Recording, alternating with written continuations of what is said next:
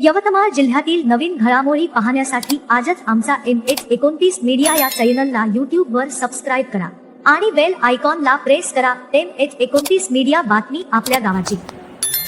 नमस्कार, आपण पाहत आहात MH29 मीडिया. आर्णी शहरातून एक महत्त्वाची बातमी समोर येत आहे. आणि तरुणांचा एल्गार विद्यार्थ्यांना झालेल्या अमानुष मारहाणीचा नोंदवलाय निषेध. दिल्लीतील जंतर मंतर येथे विद्यार्थी व तरुणांनी विविध मागण्यांसाठी केलेल्या आंदोलनादरम्यान पोलिसांकडून आंदोलकांवर कथित लाठीमार व बळाचा वापर झाल्याच्या वृत्ताच्या पार्श्वभूमीवर आर्णी शहरामध्ये तरुणांमध्ये तीव्र संतापाची लाट उसळली आहे. या घटनेचा निषेध व्यक्त करत अनेक युवकांनी विद्यार्थ्यांच्या आंदोलनाला पाठिंबा जाहीर केला. यावेळी निषेध व्यक्त करणाऱ्यांनी सांगितले की लोकशाही व्यवस्थेत प्रत्येक नागरिकाला शांततापूर्ण मार्गाने आंदोलन करून आपल्या मागण्या मांडण्याचा अधिकार आहे.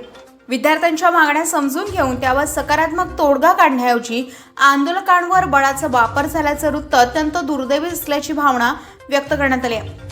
आणीतील युवकांनी विद्यार्थ्यांवरील कथित कारवाईचा निषेध करत अशा प्रकारच्या घटनांमुळे लोकशाही मूल्यांना धक्का बसत असल्याचं मत व्यक्त केलं. विद्यार्थ्यांच्या मागण्यांवर संबंधित प्रशासनाने संवाद साधून योग्य तो निर्णय घ्यावा अशी मागणी करण्यात आली. दिल्लीतील या घटनेचे पडसाद केवळ आर्णीपुरते मर्यादित नसून राज्यातील विविध भागातूनही विद्यार्थ्यांच्या आंदोलनाला समर्थन आणि पोलिसांच्या कथित कारवाईचा निषेध व्यक्त केलाय.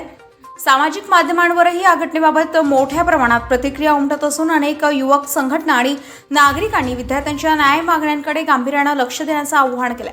त्याचबरोबर उपस्थित विद्यार्थ्यांनी तसेच नागरिकांनी आपल्या प्रतिक्रिया मांडल्या. MH29 मीडियासाठी इरफान रजा, प्रशिक मुळेश्वर, आर्णी.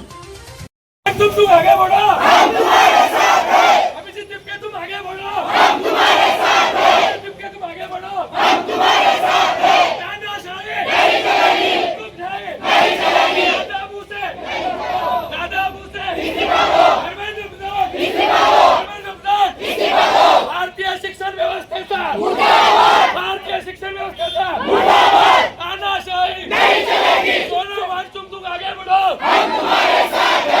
असलेला बलात्कार, त्याच्यावर लाठीमार नाही होत आणि मुलींवर जे अत्याचार होऊन राहिले आहे त्याच्यावर काहीतरी केलं पाहिजे, तेव्हा कोणीच जागृत होत नाही.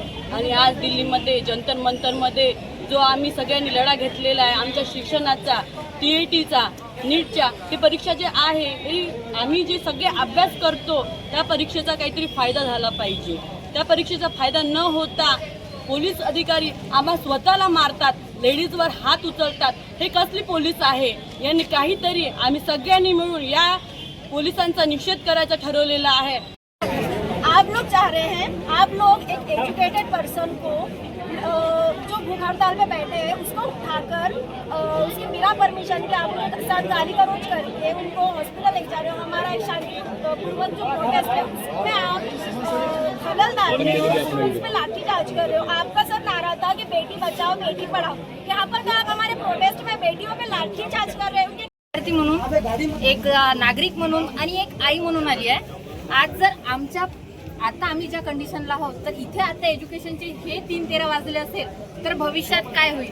माझं म्हणण्याचं तात्पर्य एवढं आहे की इथे प्रत्येक नागरिकांनी, आणि आपण जेव्हा म्हणतो की लोकशाही आहे, लोकांनी लोकांसाठी तयार केलेलं हे लोकशाही आहे आणि आपणच आपल्या अधिकाराचा जर आपण उपयोग करत नसेल तर यात काही अर्थ नाही. आज जी आमच्या मागण्या आहे आम्ही शांतीने आलो आहोत आणि आमच्या मागण्या त्याच पद्धतीने हे करायला पाहिजे असं मला अजूनही मी यांच्यावर विश्वास ठेवून, कारण की आम्ही त्यांना तिथे बसवलेलं आहे, तर मला आताही असं वाटतं की आम्ही शांतीने घेतात, तुम्ही पण आमचं म्हणणं ऐकून घ्यायला. नाहीतर जसं आम्ही नारे देत आलो आहोत की हुकुमशाही होत आहे, तानाशाही होत आहे, तर हे आम्ही डोळ्यांनी पाहत आहोत. पण तरीही आम्ही शांतीच्याच मार्गाने इथे आलो आहोत आणि आम्हाला आमचा हक्क पाहिजे आणि हक्क आम्ही आमचाच मागत आहोत, कोणाला दुसऱ्याचं नाहीच मागत आहे. कारण आम्ही लगातार जे कंटिन्यू घोटाळे बाहेर येत आहेत, त्याच्यात नीटचे पेपर असो किंवा TETचे पेपर असो, अजून पाठोपाठ तसंच MPSCचे पेपर सुद्धा ऑनलाईन केले जाणार आहे. मागं आपण तलाठीचे पेपर पाहिलेले आहे की नॉर्मलायझेशनच्या मागं 200 मार्काचा पेपर 207, 230वर कटअप दिलेला आहे. ते ऑनलाईनमध्ये काही करू शकतात. त्याच्यामुळे परीक्षा पारदर्शी झाली पाहिजे,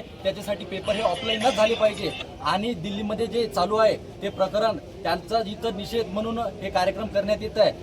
लोकांनी इथं जे विद्यार्थी जमलेले आहेत त्यांच्या थ्रू हे सांगण्यात येत आहे की ग्रामीण लेवलवर सुद्धा ह्या गोष्टी आज माहीत पडत आहेत लोकांना. फक्त ही केंद्रात किंवा राज्यात असं काही नाही, तर ग्रामीण लेवलवर सुद्धा याचा जाहीर निषेध केला जात आहे. शिक्षण व्यवस्था आज भारत स्वातंत्र्य होऊन 75 वर्ष प्लस झालेली आहे, तरी सुद्धा लोकांना लोकशाही नाही तर हुकुमशाही चाललेली आहे. ही दडपशाही आहे. तिथं जो अमानुषपणे हल्ला केला जात आहे, लोकांचे कपडे फाडत आहे, मारत आहे, लाठीचार्ज करत आहे, स्वतःचे 2-2 हातांनी गोटे मारत आहे. ते का गोटे मारणारे लोक आहे का? पेन चालवणारे लोक 2-2 हाताने गोटे मारू शकते का? तर ते त्यांचेच माणसं आहे. वरून पैसे टाकून बाहेर देशातून फंडिंग चालू आहे तसं जाहीर करत आहे आणि या आंदोलनाला दुसरं रूप देत आहे. तर हे सगळं अमानुषपणा बंद करावं आणि शिक्षण व्यवस्था ही पारदर्शी करावी, ही आमची मागणी आहे. धर्मेंद्र प्रधान असो किंवा दादा भुसे असो, शिक्षण मंत्री हे राज्याचे किंवा केंद्राचे पुढारी असून शिक्षण मंत्रालयाची खाती हातात घेऊन त्यांचं कर्तव्य आहे की खाली जर कोणी लाच घेत असेल, कोणी पेपर लीक करत असेल, तर ही सर्वस्व त्यांची जिम्मेदारी आहे. हमारे जो भाई बहनों पे वहाँ पर जुल्म की गया, उसके खिलाफ उन्हें आवाज उठाना जरूरी है. लड़कियों के ऊपर हाथ उठाए गए, उनके कपड़े फाड़े गए, वो सिर्फ अपना हक मांग रहे थे, किसी की जायदाद नहीं मांग रहे थे. और इसके ऊपर सवाल उठाना जरूरी है. और हमारे लिए हम अगर आवाज नहीं उठाएंगे तो वो भी नहीं उठा रहे हैं. ज्या प्रकारच्या परीक्षेचा घोटाळा आपल्या देशामध्ये होत आहे, सुमारे 13 ते 15 लोकांनी ज्या प्रकारे नीट परीक्षेचा घोळ झाल्यानंतर जीव दिला, जे काही पेपर लीक झाल्यानंतर त्या दोषींवर काय कारवाई केली आहे कोणत्याही मीडियानं दाखवलं नाही. कोणत्या प्रकारची शिक्षा झाली आहे कोणत्याही मीडियानं दाखवलं नाही. कोणाला अटक केलं हे कोणत्याही मीडियानं दाखवलं नाही. त्यानंतर सुद्धा आपले जे केंद्रीय शिक्षण मंत्री आहेत धर्मेंद्र प्रधान, ते यावर काही न बोलता त्यांनी पुन्हा पेपर घेतला, परंतु आपल्या पदाचा राजीनामा दिला नाही. आमच्या सर्व विद्यार्थ्यांची मागणी होती की त्यांनी हा राजीनामा द्यायला पाहिजे.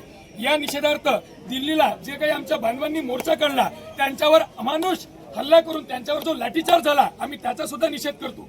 ज्या महिलेच्या कानाखाली एका पोलीस ऑफिसरनं चापट मारली, आम्ही त्याचा सुद्धा जाहीर निषेध करतो. आणि त्यानंतर ज्या प्रकारे महाराष्ट्रामध्ये आता टीईटीचा पेपर फुटला, त्याचाही आम्ही निषेध करतो. आम्ही संपूर्ण शिक्षण व्यवस्थेचा निषेध करतो. महाराष्ट्रातील दादा भुसे असो की केंद्रातील धर्मेंद्र प्रधान असो, आम्ही या दोघांचा सुद्धा राजीनामा मागण्यासाठी एका चांगल्या प्रकारे एका शांततामय आंदोलनाने आम्ही यापर्यंत आलेलो आहोत. आणि आम्हाला महाराष्ट्राकडून व केंद्रीय सरकारकडून एक ग्वाही पाहिजे की या नंतर कोणत्याही प्रकारचा पेपर फुटणार नाही. आणि पेपर जर फुटत असेल तर त्या लोकांना कठोरात कठोर शिक्षा झालीच पाहिजे आणि या प्रक्रियेला विलंब सुद्धा झाला नाही पाहिजे. याकरिता आम्ही या ठिकाणी आलेलो आहोत. एवढंच नाही तर ज्या विद्यार्थ्यांवर काही केसेस दाखल झाल्या, चार्जेस दाखल झाल्या, त्या विद्यार्थ्यांवरचे केसेस चार्जेस सुद्धा मागे घ्यायला पाहिजे, ही आमची मागणी आहे.